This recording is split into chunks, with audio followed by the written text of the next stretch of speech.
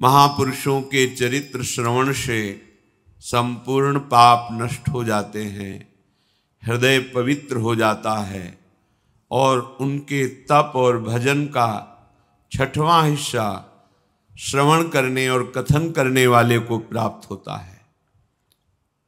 जो भक्त चरित्र और प्रभु के पावन चरित्रों का श्रवण करता है, निश्चित उसका परम कल्याण हो जाता है।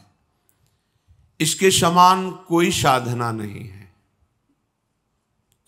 88,000 ऋषि एक साथ बैठ करके नैमिषारण्य में, जिनके मुखिया शौनक जी हैं, सूत जी से कहते हैं कि बहुत सी यज्ञ, तीर्थयाटन, व्रत और तपस्या आदि किया, पर जो हृदय में पवित्रता और आनंद का अनुभव ये आपके पावन चरित्र सुनाने से हो रहा है, वो यज्ञ के धुएं से धूमिल हुई जटाएं हमारी,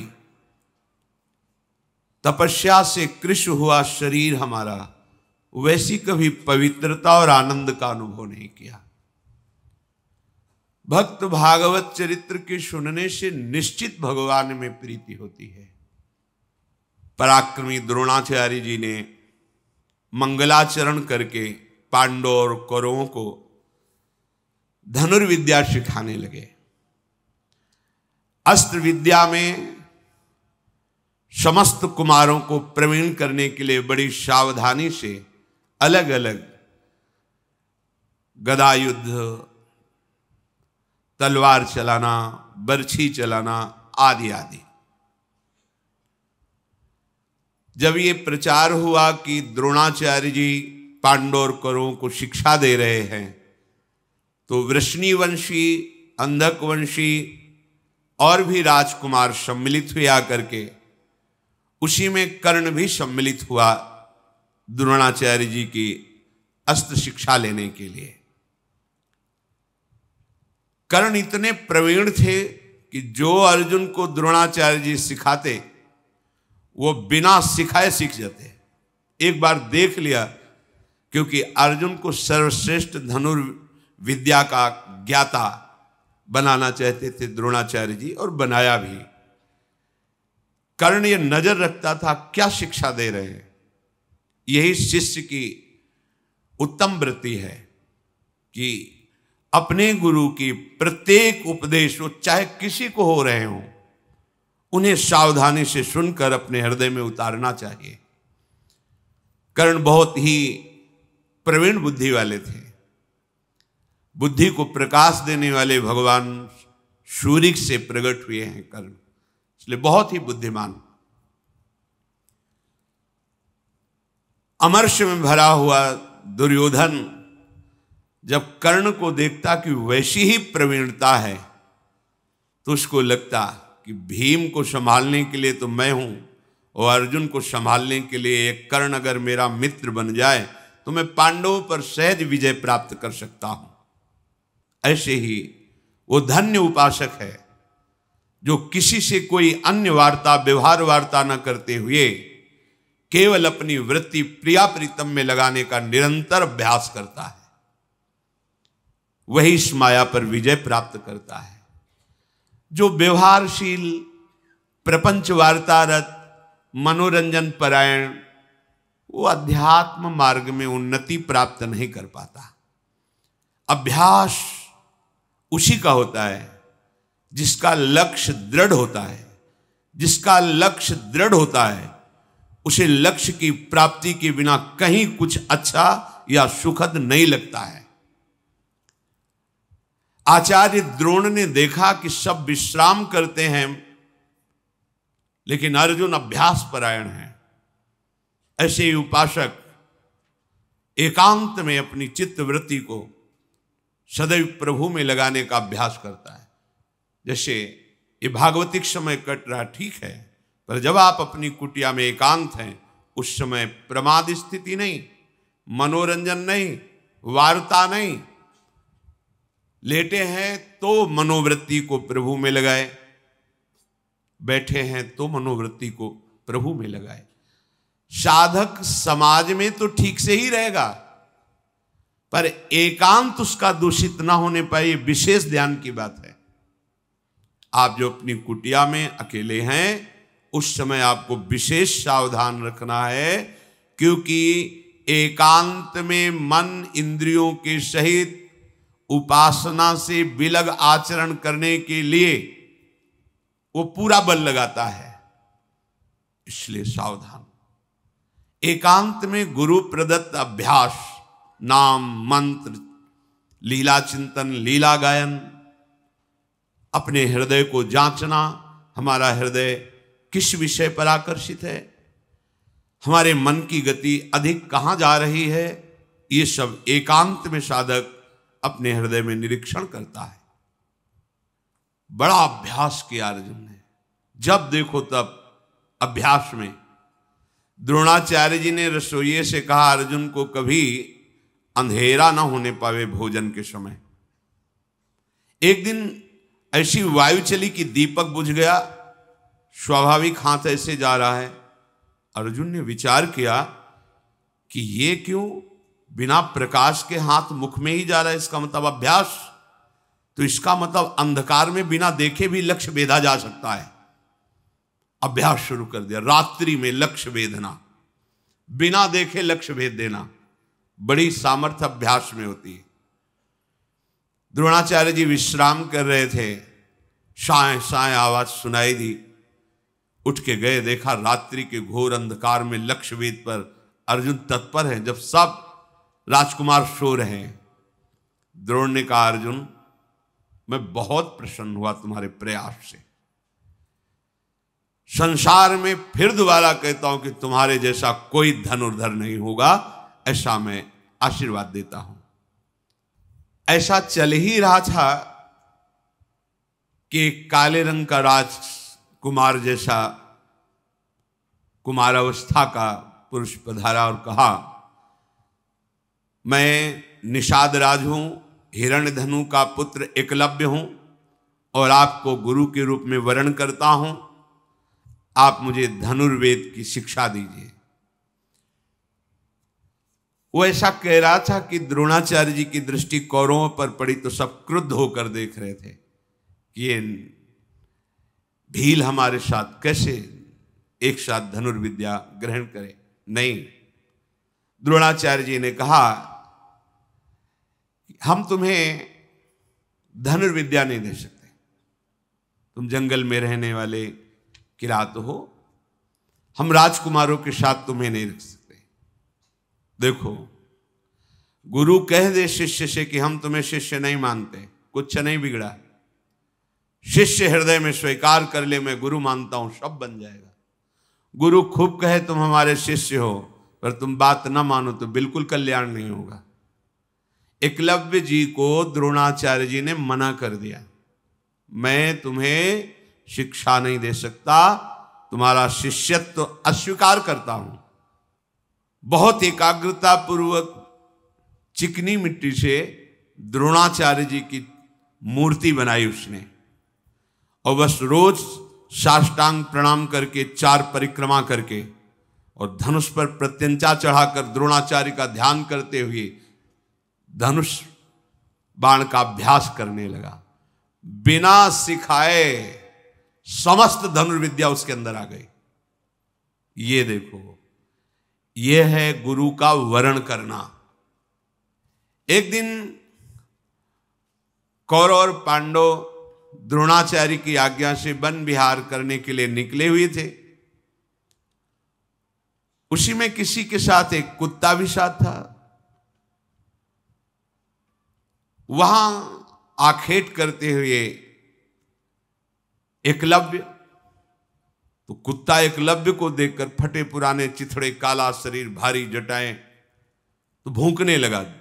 जो ही भूखा, एक साथ इतने बाण मारे कि सब अलग अलग लगे, मुंह भर गया और एक बूंद खून नहीं। अर्जुन जी पास में खड़े थे, उन्होंने कहा कि ऐसी हस्तलाघ हो, इतनी शीघ्रता और कहीं घाव नहीं, गजब का धनुर्वेद का ज्ञान, ऐसा महावीर त्रिभुवन में मैंने नहीं देखा।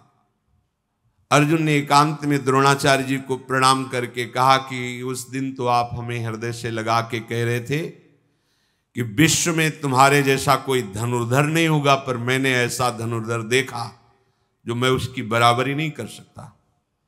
कुत्ते की आवाज के साथ उसके मुख को भर देना और उसमें के मुख में घाव ना होना, एक बूंद रक्त ना आना, इतनी शीघ्रता से इतने हस्त लाघव गुरुदेव, और वो आपका शिष्य है, ऐसा कहता है। एकलव्य ने देखा कि मेरे भावना में विराजमान गुरुदेव साक्षात आए हैं। धनुष प्रत्यंचा चरणों में रख के साष्टांग दंडोत हुआ, परिक्रमा की और हाथ जोड़कर सर झुकाकर खड़ा हो गया। गुरुदेव आदेश कीजिए। शिष्य वही है, उसी का जीवन धन्य है जो गुरुदेव को प्रसन्न कर सके। गुरुदेव आपकी प्रसन्नता के लिए ये प्राण भी समर्पित हैं, आज्ञा कीजिए। द्रोणाचार्य जी ने कहा, तुम मुझे गुरु मानते हो? जी। तो गुरुदक्षिणा दीजिए, आज्ञा कीजिए। और धनुर्विद्या में सबसे ज्यादा कार्य दाहिने अंगूठे का होता है। ये दाहिना अंगूठा गुरुदक्षिणा में दे दीजिए। 1 सेकंड नहीं लगाया, काट कर अर्पित कर दिया। बिना अंगूठा के धनुर्विद्या। फिर द्रोणाचार्य जी ने कहा, धन्य, तुम्हारे जैसा शिष्य कोई बिरला ही होता है। मैं बहुत प्रसन्न हुआ। तुम यद्यपि उस कोट के धनुर्धर तो नहीं रहोगे अंगूठा काटने के कारण, फिर भी मैं तुम्हें प्रक्रिया बताऊंगा जिससे तुम्हें कोई परास्त नहीं कर पाएगा। पर इसके परिणाम से तुम्हें वो लोग प्राप्त होंगे जो बड़े बड़े याज्ञिक और तपस्वियों को प्राप्त होते हैं। तुमने मुझे प्रसन्न कर लिया। नरश्रेष्ठ द्रोण ने एक दिन सबसे कहा कि हमने जितनी हमको गुरु कृपा से विद्याएं प्राप्त थी सब सिखा दिया, आप सब लोग एकत्रित होइए और परीक्षा दीजिए। एक बहुत छोटे से गीध की रचना करवाई काष्ठ की, और एक विशाल वृक्ष की ऊंचाई पर उसे टांग दिया और सब राजकुमारों से कहा, आसन में हो जाओ, वीरासन में, और इस गीध की गर्दन काट के गिरानी है। फिर ध्यान दीजिए, गीध की गर्दन काटनी है। धनुष लेकर सब वीरासन पर बैठ गए। सबसे पहले युधिष्ठिर जी, युधिष्ठिर तुम्हें क्या दिखाई दे रहा है? उनका, महाराज आपके चरण, वृक्ष, गीध। बोले धनुष रख दो, चलो बाहर हो। सांप से ऐसे पूछा, प्रायः सब ऐसे। वृक्ष दिखाई दे रहा है, कोई कुछ। कर्ण से पूछा, उनका गीध दिखाई दे रहा है, उसके पंजे दिखाई दे रहे हैं, पंख दिखाई दे रहा है, उसकी गर्दन दिखाई दे रही। रख दो, धनुष रखो। तुम अभी संधान की योग्यता तुम्हें प्राप्त नहीं है। अर्जुन जी से कहा, तुम्हें गीध की गर्दन पर वार करके उसकी गर्दन काट के गिरानी है। मेरी आज्ञा का इंतजार करो। हां, बोलो तुम्हें क्या दिखाई दे रहा है? अर्जुन ने धनुष को खींच करके लक्ष्य पर दृष्टि रख करके कहा, गुरुदेव केवल गीध की गर्दन दिखाई दे रही। नहीं, किस रंग का है, उसके पंखे कैसे हैं, किस डाल पर है? गुरुदेव नहीं, केवल गीध की गर्दन दिखाई दे रही। प्रहार करो। काट के गिरा दिया। रोमांच हो गया द्रोणाचार्य जी के, और सब राजकुमारों से कहा, केवल लक्ष्य दिखाई देना चाहिए, बस। राजकुमार जो दुर्योधन आदि हैं, ये सब अपने अपने अस्त्र शस्त्र लेकर रंगमंच पर आए। सबने धनुष झुका करके आचार्य चरणों में प्रणाम किया। एक एक करके अपनी धनुर्विद्या, गदा विद्या, तलवार, अश्व पर चढ़ना, हाथी पर चढ़ना, भूमि पर पैतरे बदलते हुए युद्ध करना और मल्ल युद्ध करना, कुश्ती आदि, ये सब दिखा रहे थे। दुर्योधन और भीमसेन हाथ में गदा लेकर के रंगभूमि पर जब उतरे तो ऐसा लग रहा था दो पहाड़। 10,000 हाथियों का बल दुर्योधन के अंदर और जन्मते ही 10,000 हाथियों का बल भीम के अंदर। पर जब इनको विष पवाया गया था तो 10,000 हाथियों का बल नागलोक, तो ये बहुत बल में बढ़े चढ़े थे भीम।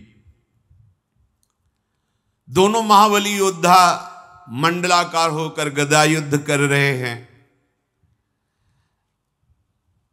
कुंती जी और गांधारी जी धृतराष्ट्र को बताती जा रही, दुर्योधन ने ऐसा, भीम ने ऐसा। बहुत बुद्धिमान धृतराष्ट्र जी हैं, विचार कर रहे हैं कि जैसे पैतरे भीम बदलता है, देख तो पा नहीं रहे, सुन के, दुर्योधन कभी इनसे जीत नहीं सकता। वहीं हृदय में आग पैदा हो गई कि मेरे प्रिय पुत्र का विनाश करने में समर्थ होगा ये भीम। बहुत बुद्धिमान थे। आचार्य स्वस्थ वाचन करके जे ही अर्जुन को उतारा, अर्जुन ने तो जैसे कोई बिजली चमके ऐसे अपने धनुष पर प्रत्यंचा चढ़ाई और ऐसा हर्षोल्लास के साथ विद्याओं का प्रदर्शन शुरू किया जो अभी तक किसी ने नहीं किया था। विदुर जी, शांतनंदन, भीष्म जी, ये सब बड़े बड़े महापुरुष देख रहे हैं। पांडुनंदन अर्जुन, जैसे अरण्य मंथन से अग्नि प्रकट होती है ऐसे तेजस्वी महापुरुष। पहले आचार्य के चरणों में बाण संचालन करके प्रणाम किया। ये वीर का प्रणाम होता है, गुरु के चरणों के समीप बाण जाकर के लगे। तत्काल आग्नेय अस्त्र से रंगमंच पर आग पैदा कर दी। तत्काल वरुणास्त्र से जल बरसा करके उसको शांत कर दी। वायुवास्त्र से जोर भरी आंधी चला दी और पर्जन्यास्त्र से बादल पैदा करके वर्षा शुरू कर दी। क्षण भर में अर्जुन आकाश में दिखाई देते, क्षण भर में बहुत छोटे दिखाई देते।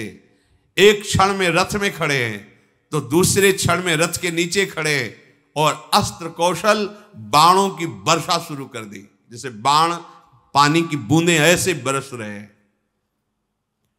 बड़ी फुर्ती से बड़े सूक्ष्म लक्ष्य को बड़े शीघ्र बिना हिले डुले बेध देना। रंगभूमि में एक लोहे का बना हुआ स्वर्ण रखा गया जो बहुत तीव्रता से घूम रहा था यंत्र पर। अर्जुन ने एक साथ 5 बाण उसके मुख में भर दिए और वो ऐसे घूम रहा है। 5 बाण अलग अलग, कितने सेकंड में सामने आया, 5 बाण से भर दिया। सब ने आश्चर्यचकित होकर के वाह वाह की। एक गाय का सींग ऐसे लटकाया गया था जो ऐसे बराबर हिल रहा था। अर्जुन उसके छेद में 21 बाण एक ही हिलने पर ऐसे 21 बाण से बेच दिया। बहुत सा अस्त्र कौशल अर्जुन ने दिखलाया। सब राजकुमारों को बुलाया और कहा कि मेरी गुरुदक्षिणा है, पांचाल राज नरेश द्रुपद को बंदी बना के हमारे चरणों में डाल दो। द्रोणाचार्य जी ने ऐसा आदेश किया। 100 कौरव हैं, 5 पांडव हैं। महाराज द्रुपद को सूचना पहुंची कि कुरुवंशी राजकुमार आक्रमण कर दिए हैं। द्रुपद महावीर थे, तत्काल सैनिक और भाइयों के साथ वहां पधारे। अब ये राजकुमार कहां द्रुपद, भयानक बाणों की वर्षा की भय से भयभीत होकर भागने लगे 100 कौरव। घायल अवस्था में चीख पुकार करके वहां टिकी ही नहीं पाए उनके सामने। शत्रुओं को सिंहनाद करते हुए अपने रथ से घरघराट से भयभीत करते हुए अर्जुन चले और कहा, महाराज युधिष्ठिर आप गुरु सेवा में रहिए। भीमसेन से कहा आगे तुम गदा लेकर चलो। नकुल सहदेव से कहा तुम हमारे दोनों रथ के पहियों के बराबर घोड़े से चलो। अकेले मैं जीतूंगा, किसी सैनिक की या किसी अन्य की आवश्यकता नहीं। महाराज द्रुपद की सेना को जैसे कोई मतवाला हाथी वन उजाड़ते हुए चलता है, भीम अपनी गदा से रास्ता साफ करते, कोई सामने टिकता नहीं। ग्वाला वन में डंडे से जैसे पशुओं को भागता है, भीमसेन ने सारी सेना अकेले खदेड़ दी द्रुपद की। द्रोणाचार्य का प्री कार्य करने के लिए अर्जुन ऐसे बाणों की वर्षा कर रहे थे कि द्रुपद पक्ष को यह दिखाई ही नहीं दे रहा था कि चला कौन रहा है बाण। अंधेरा छा गया बाणों से। अर्जुन ने बड़ी फुर्ती से बाण संधान करके महाराज पांचाल नरेश द्रुपद के सारथी को मार डाला, ध्वजा काट दी, उनके धनुष की प्रतिंचा काट दी और कूद पड़े तलवार लेकर। और जैसे एक सिंह दूसरे सिंह को दबोच लेता है, ऐसे द्रुपद को पकड़ करके गर्दन नीची करके और अपने रथ पे डाल लिया और भीमसेन से कहा बस वापस चलो। अर्जुन को आते देख करके द्रोणाचार्य जी खड़े हो गए। द्रोणाचार्य के सामने जाके पटक दिया द्रुपद को चरणों में। अब जब ये बात नगर को पता चली कि द्रुपद को बंदी बनाकर द्रोणाचार्य के चरणों में डाल दिया गया, तो पूरी प्रजा महाराज युधिष्ठिर पर टूट पड़ी। हमारे जैसे पांडु राजा थे वैसे ही महाराज युधिष्ठिर हैं। अब धृतराष्ट्र नहीं, महाराज युधिष्ठिर राजा होने चाहिए। गली गलियों में लाखों लोग एकत्रित होकर धृतराष्ट्र के पास सूचना पहुंची कि महाराज आपका सिंहासन खतरे में है। महाराज युधिष्ठिर के लिए पूरी प्रजा तैयार है। भीष्म जी, विदुर जी, ये सब एकत्रित हुए। प्रजा जब चाह रही तो फिर क्या होगा? वह ऐसा नहीं होना चाहिए। धृतराष्ट्र जी को राजगद्दी से नहीं। धृतराष्ट्र जी ने घोषणा कर दी युवराज पद पर महाराज युधिष्ठिर को विराजमान कर। युवराज पद पर विराजमान करने से कम राज सिंहासन तो बच जाएगा। विदुर जी की सलाह से, भीष्म जी की सलाह से प्रजा को आनंद हुआ। हाँ ठीक है, युवराज के बाद राजा तो यही होंगे ना। बड़ी शास्त्रीय पद्धति से महाराज युधिष्ठिर को युवराज पद पर विराजमान किया गया। वारणावत जाने की आज्ञा दे दी। दुर्योधन बड़ा प्रसन्न हुआ। उसका एक प्रधान निजी मंत्री था जिसका नाम पुरोचन था। पुरोचन को बुलाया और कहा, पुरोचन, ये धन धान संपन्न संपूर्ण पृथ्वी जैसी हमारी वैसी तुम्हारी, तुम्हें एक कार्य करना है। तुरंत तुम वारणावत पहुंचो और एक महल का निर्माण करो। अब वहां चक्रवर्ती सम्राट धन की तो कोई कमी नहीं है। ऐसा भवन निर्माण करो जिसमें चारों ओर बहुत सुंदर कमरे, बहुत सुंदर शैया भवन, ऊपर से रत्न लगे हों और अंदर में घी, तेल, चर्बी, लाह, ये सब मिलाकर मोटी मोटी दीवारें बनी हो। ऊपर से रत्न और नीचे अंदर सब ये पेट्रोलियम, जिसमें आग लगते ही पूरा का पूरा महल भस्म हो जाए। और ये लोग जब पहुंचे तो गांव के महल में रखना। जब तैयार हो जाए पूरा तब कहना कि आपके लिए एक निजी महल तैयार किया है, आप कुछ समय तक उसमें वास करें और अवसर मिलते ही आग लगाकर पांचों पांडव और कुंती को वहां भस्म कर देना। चारों तरफ पूरे महल में सन, तेल, घी, लाह, चर्बी, लकड़ी ऐसे लगाना कि कोई जान न पाए। ऊपर से रत्नों का लेप। बड़ी सावधानी से गुप्तचरों के द्वारा भी पता नहीं चलना चाहिए कि मेरे द्वारा ऐसे भवन का निर्माण किया जा रहा है। उस भवन के ठीक बीचों बीच सुरंग निकाली गई। भूमि की समान तह पर उसको पाट दिया गया। पुरोचन के भय से उस सुरंग खोदने वाले ने पूरा ऐसा मुख बंद करके मिट्टी डाल दी कि जैसा महल की अन्य भूमि वैसे ही वो भूमि। पांडवों ने कहा बहुत बड़ा काम हो गया, बचने का उपाय हो गया। भीमसेन ने कहा कि वो आग लगावे इसके पहले हम लगा दें तो कैसा रहेगा? वो भी जाए, वो भी तो मजा चखे, महल निर्माण किया है। तो उस दिन क्या था कि कुंती जी ने ब्राह्मणों को और भूखों को भोजन पवाने के लिए निमंत्रण दिया था। तो एक भीलनी भी आई थी जिसके 5 लड़के थे। ये पुरोचन हम पर विश्वास कर रहा है और विश्वास दिला के धोखा देगा। इसलिए भैया बढ़िया बात बन गई। अब वो जो भीलिनियां आई थी वो जंगल से शराब लेके आई थी, तो उस भीलिनी ने भी शराब पिया, उसके पुत्रों ने पिया, खूब खीर पुआ पाया और वहीं महल में सो गए। ब्राह्मण लोग पाके चले गए। पुरोचन आराम कर रहा था। भीमसेन ने गदा उठाई, एक गदा मारी तो जो सुरंग का दरवाजा था टूट गया, निकलो बाहर। और वहीं से आग लगाई जहां पुरोचन सो रहा था। पूरा महल वो इतना प्रज्वलित है, एक जगह छुआती पूरा महल बम से, जिसे बम फूटता है ऐसे पूरा महल आग आग हो गया। रात भर आग जलती रही, इतना उसमें सामान था। अब तो वारणावत में हाहाकार मच गया, ये क्या हुआ। महल में अचानक आग लग गई, सब लोग पांडव भस्म हो गए, बड़ा आर्त भाव। अब भगवान की देखो लीला की, पांचों पांडव मर गए और कुंती भी मर गए। इसके प्रमाण के लिए भीलिनी उसके 5 पुत्र वहीं जल गए। चारों ओर आग ही आग। पूर्वासी जन दीन ताले हाय हाय करके सब घेरे हुए हैं आसपास।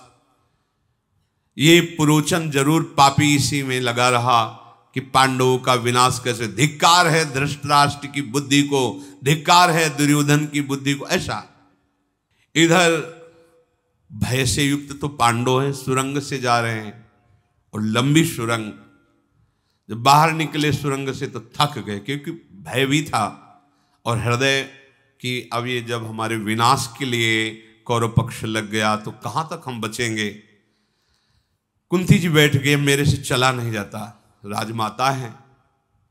नकुल सहदेव भी, भीम ने भयंकर रूप धारण किया, कुंती जी को ऐसे बैठाला, नकुल सहदेव को यहां बैठाला, अर्जुन और युधिष्ठिर को ऐसे टांगा, चल पड़े। भीम चारों को ऐसे, महापराक्रमी परम वेगशाली भीम ऐसे लेकर के अपने मां को और चारों भाइयों को चल रहे हैं। रास्ते में जो मतलब यहां से रास्ता नहीं, पहाड़ है, एक लात मारते वहां से गली बन जाती। कोई वृक्ष सामने आता जरा से धक्का में गिरा देते। वायु वेग से, पवन पुत्र हैं भीम, तो वो रास्ता बनाना नहीं पड़ता, जिधर से चलते रास्ता बनता चला जाता।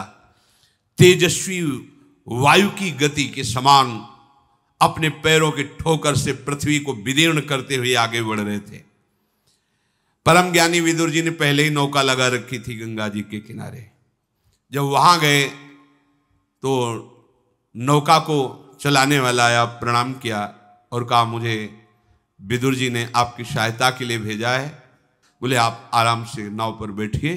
और बहुत दूर धारा से बहुत दूर जाकर के उनको उस पक्ष में किनारे पे छोड़ा।